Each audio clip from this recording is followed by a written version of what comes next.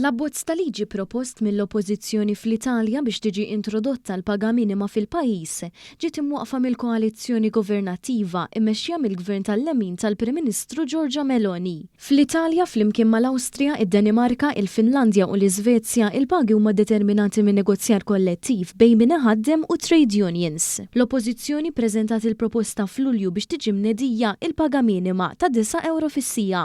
Iżda l-koalizzjoni ta' Meloni qalet li dan jista' jkollu effetti ħżina fuq ċerti ħaddiema. Il-Prim Ministru Meloni wissit li b'dan il-mod ħafna mill-pagi eżistenti se jkunu mnaqsa għal maġġoranza tal-ħaddiema. L-eks Prim Ministru Giuseppe Conte li jirrappreżenta l-Moviment tal-5 Stelle oppona għal dak li qalet Meloni u kundanna lil dawk li huma kontra l-paga minima għax injoraw l-interessi ta' miljuni ta' ħaddiema.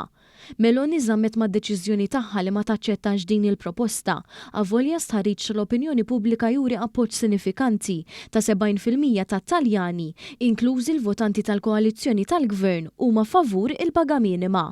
Dan huwa l-opposta dak li qed jiġri f'pajjiżna hekk kif tiġi matilu bi ftehim storiku bejn il-Gvern u l-imsieħba soċjali għat-tieni darba taħt Gvern Laburista se tiżdied il-paga minima nazzjonali. Fil-fatt minn Jannar li ġej il-paga minima nazzjonali se tkun qed titla' għal 213 euro u 54 ċenteżmu fil-ġimgħa minn 192 euro u 73 ċenteżmu.